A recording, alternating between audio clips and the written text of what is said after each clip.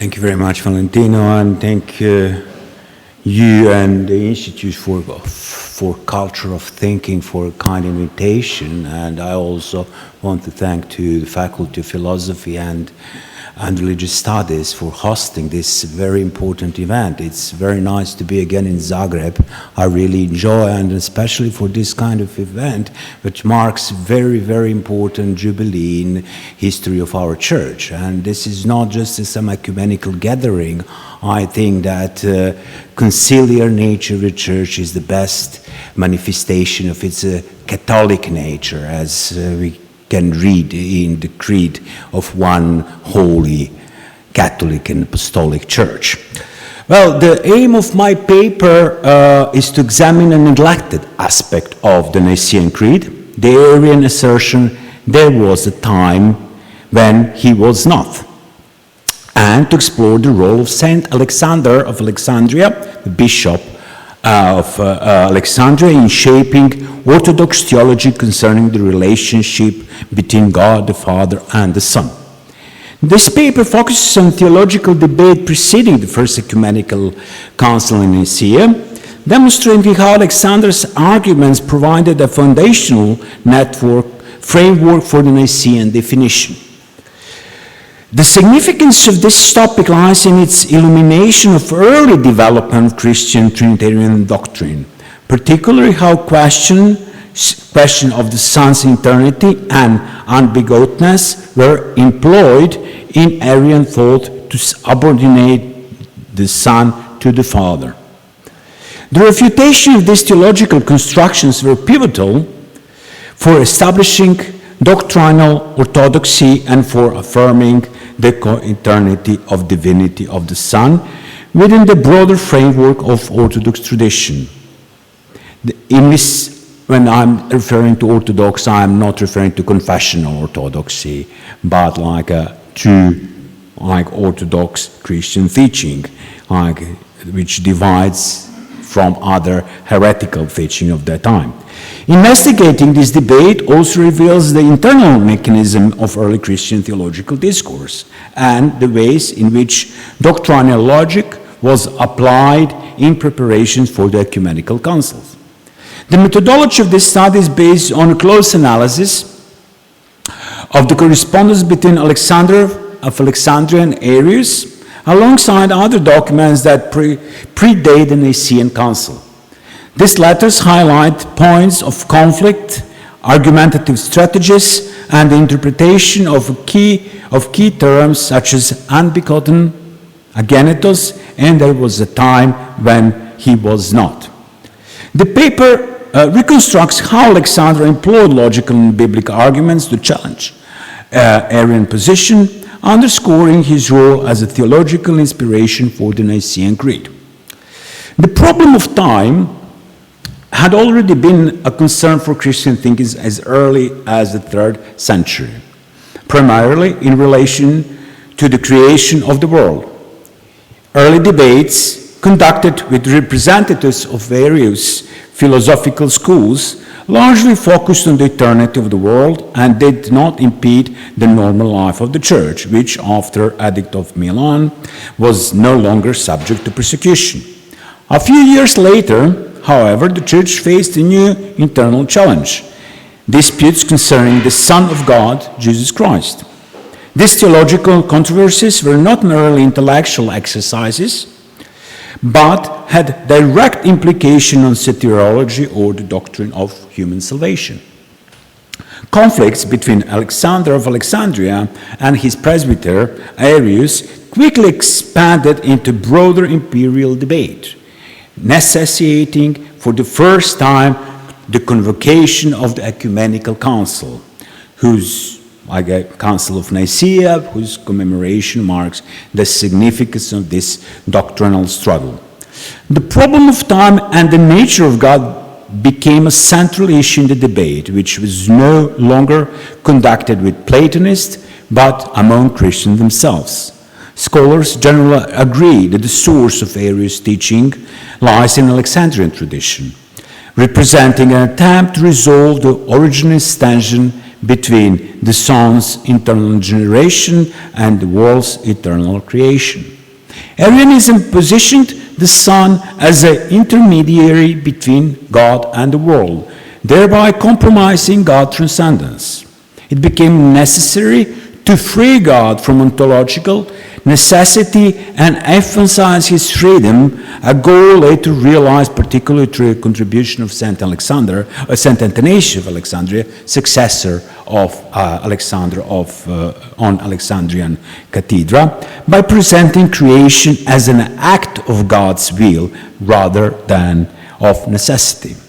However, this solution raised questions about the nature of the Son, or Logos. Arius argued that the Son's being was distinct from God, equating him with the created world. According to Arius, Logos was created, quote, from nothing, end of quote, ex hoc onten egeneto, by an act of divine will, preserving God's freedom since the world need not have existed.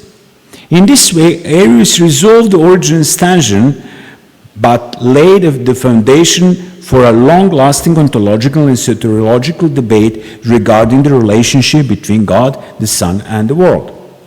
By denying the eternity of the Logos, Arius placed the Son among created beings and conceived God as absolute monad.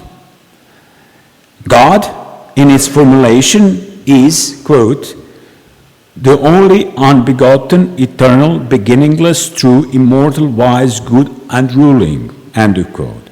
The first three attributes derive from Christian tradition, and the last five from the New Testament.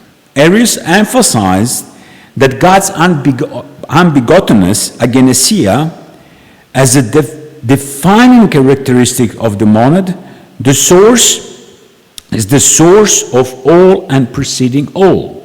As an absolute unity, God is simple, indivisible, and eternal. Thus there can be no multiple beginningless principles, and the Son must be placed among created beings. Genima ictisma tuteu. Consequently, the Son cannot be equal in nature to the Father. He shared the Father's nature. He would also be unbegotten and eternal, which Arius denied. God, an absolute monad, cannot encompass multiple members. The Son, as a distinct being, cannot share the same divine essence as the Father. Arius' logic introduced the problem of time into theology.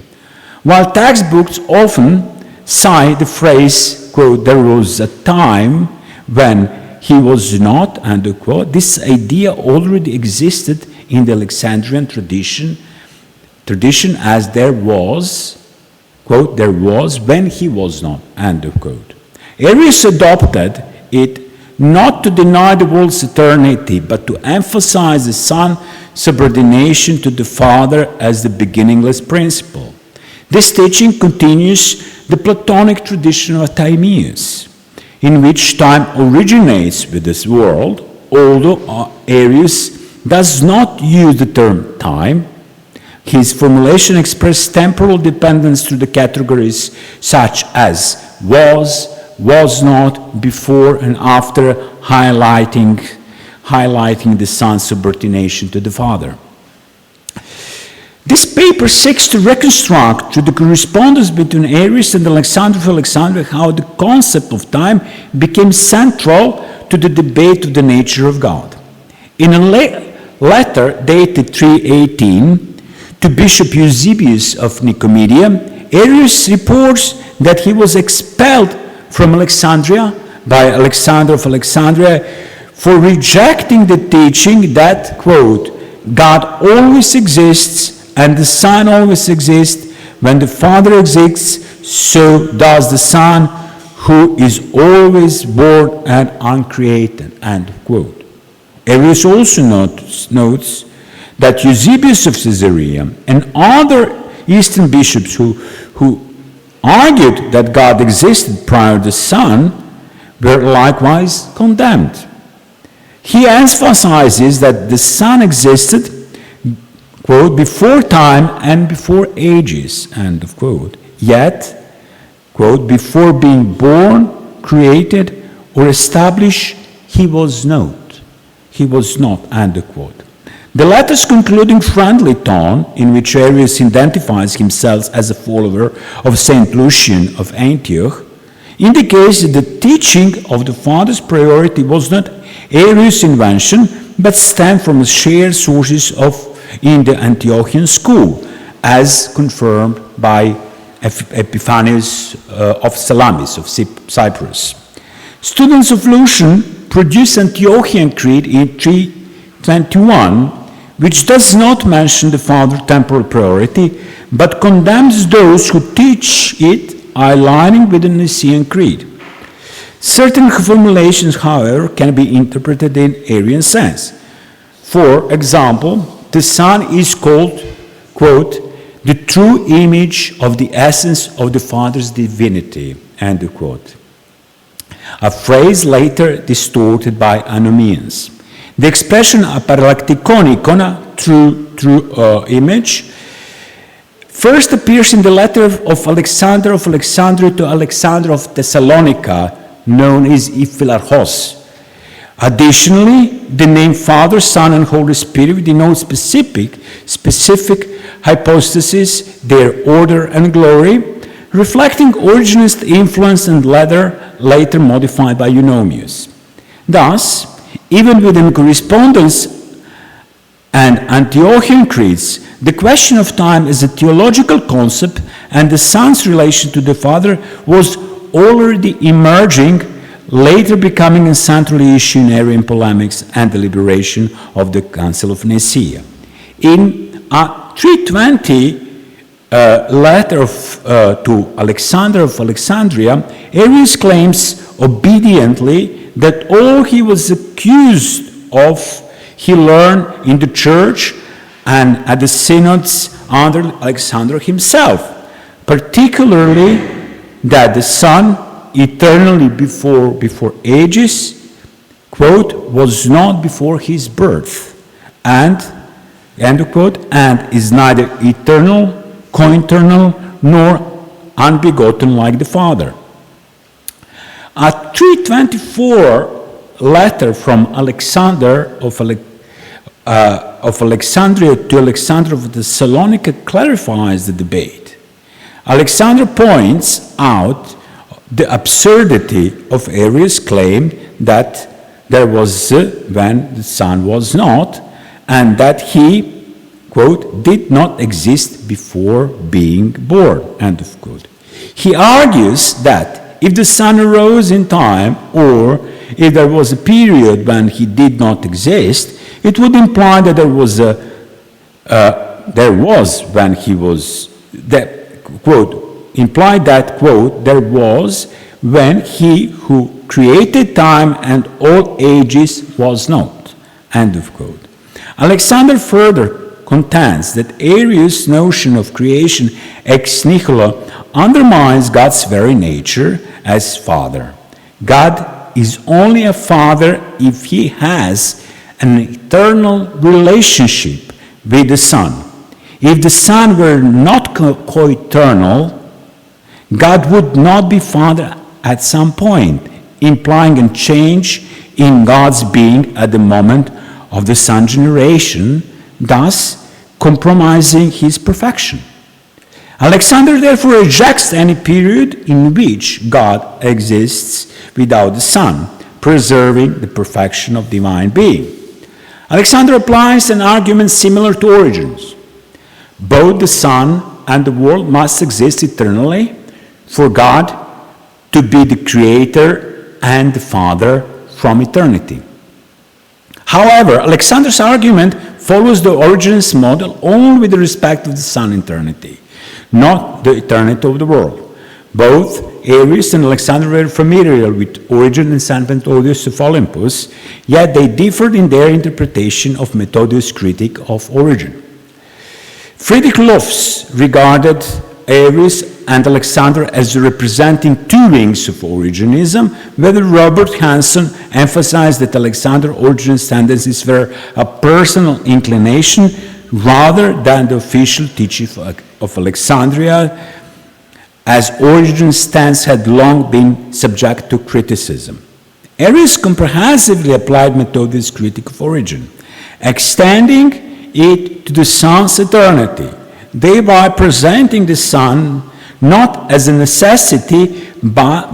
necessary being, but as a product of Father's will. According to Arius, the Son could not possess attributes of eternal being, most notably unbegottenness and originlessness. Modern scholarship notes Arius' consistency with Methodius regarding the Son's temporal precedence over the world. In De Creatis, Methodius addresses the relationship between the logical beginning of the Logos, expressed in the prologue of John's Gospel, and the temporal beginnings described in Genesis and Wisdom of Solomon.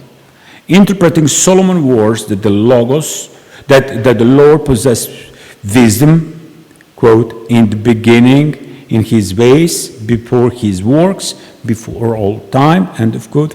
Methodius concludes that all created things are younger than wisdom, since they came into being through it. Wisdom signifies the Son, or the Logos, and Methodius attempts to reconcile this text with John's prologue, where the Logos was in the beginning with God. He concludes that the Logos has two beginnings, one unoriginated in the Father, and one as the beginning of all that came into being through him. This after meta needs not to be temporal but logical, and the statement that creation is younger, noetera, may indicate the Logos' logical, not temporal priority over the world. The temporal language used by Methodius may have inspired Arius to adopt the position that the Logos has a real beginning in eternity, though Methodius himself did not place the Logos between the Father's eternity and the world's temporality. In contrast, Alexander of Alexandria applies Methodius' critique of Origen only to the eternity of the world, while the generation of the Son remains within Origenist tradition. Like Origen, Alexander's teaching on Son unoriginated. Like Origen, he emphasized the Father's unbegottenness, while the Son is not unbegotten. However, Alexander's teachings of the Son unoriginated generation, anarchon genesin, precludes interpreting generation as having a beginning, yet does not equate it with Origen's notion of eternal generation. For Alexander, the Son's generation is a mystery inaccessible to human or angelic understanding, always coexistent with the Father, but beyond rational comprehension. Alexander of Alexandria and Arius both agree that the Father is unbegotten, but the meaning of this attribute differs significantly for each. For Arius, the Father's unbegottenness entails a series of properties applicable exclusively to the Father, making him unique, monothetos. Arius expands the concept of unbegottenness to encompass all characteristics born only by Father as a monad, and on this basis he denies Son's eternity, since granting the same eternity to the Son would imply his unbegottenness. In contrast, Alexander considers the Father's unbegottenness as the sole attribute distinguishing him from the Son, enabling a correct interpretation in John 14:28, quote, "The Father is greater than I," end of quote. For Alexander, it is unacceptable to derive eternity from unbegottenness, as Arius' logic does. He insists that neither was nor was eternally, nor was before the ages, is the same as unbegotten. There are temporal categories and cannot express the quote, divinity and primordiality of the only begotten. Alexander allows these terms to be applied to the Son, but only correctly, as begotten without beginning from the Father, without compromising his divinity. Arius teaches that the Son's generation is an act of Father's will, applying Methodius' critique of origin to the Father-Son relationship. God is no longer bound by necessity to the Son, whose generation is a volitional act. Alexander is less explicit. Extant Greek sources do not confirm the act of will, though Hanson argues that Syrian fragments suggest a similar position. For Alexander, Son differs from the Father as a ray differs from light. The Father is the cause of the Son, the cause of his hypostasis, begotten by the Father's will. This position of Alexander is better interpreted and grounded in the Alexandrian tradition, specifically in origin, rather than as an agreement with Arius' teaching. In his circular letter to the Alexandrian Church, Alexander opposes Arius' claim that the Son, quote, that the Son is not like the Father essence, nor the true Logos of God, end of quote, accusing Arius of denying that the Son is true to ideo, Logos, and wisdom of God. The term idios, later used by Athanasius, describes the relationship between the Father and the Son's essence. If Alexander accepts the Son's generation as an act of Father's will, for him it expressed the constancy of divine nature, not arbitrary volition. Alexander's role in the early Arian controversy were decisive, both in identifying doctrinally unacceptable elements of Arius' teaching and in refuting them.